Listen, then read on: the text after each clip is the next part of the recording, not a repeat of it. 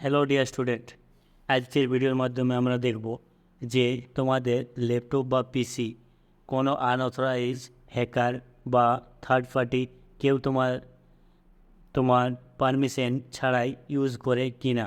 তোমরা কিছুদিন পর মনে হয় যে তোমাদের ল্যাপটপ বা পিসি হ্যাক হয়ে গেছে, তো সেটা তোমার কিভাবে চেক করবে তা আজকের ভিডিওর মাধ্যমে দেখব।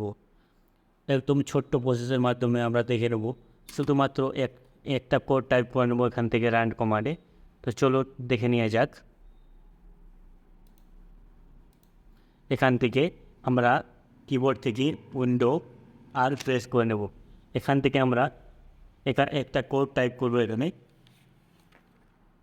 NETPLWIZ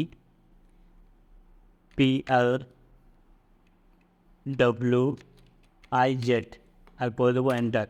এখান থেকে তোমরা দেখতে পারো যদি কোনো আনঅথরাইজ পার্সন বা হ্যাকার তোমাদের পিসি বা ল্যাপটপ ইউজ করে, তারা এখান থেকে দেখাবে যে এখানে নাম শো করবে।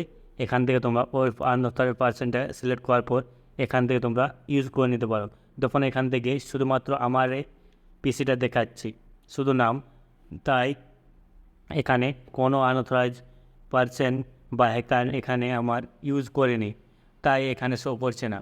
যদি এখান থেকে তোমাদের কোনো শো হয় নাম, তো সেখানে তোমরা এটাকে সিলেক্ট করার পর এখানে রিমুভ বলে অপশান আছে, এখান থেকে তোমরা সেটাকে রিমুভ করে দিতে পারো, তা পারমিশন ডিনাই করে দিতে পারো। আর অ্যাপ্লাই ওকে করে নিলেই সেটা সে আর অ্যাক্সেস করতে পারবে না।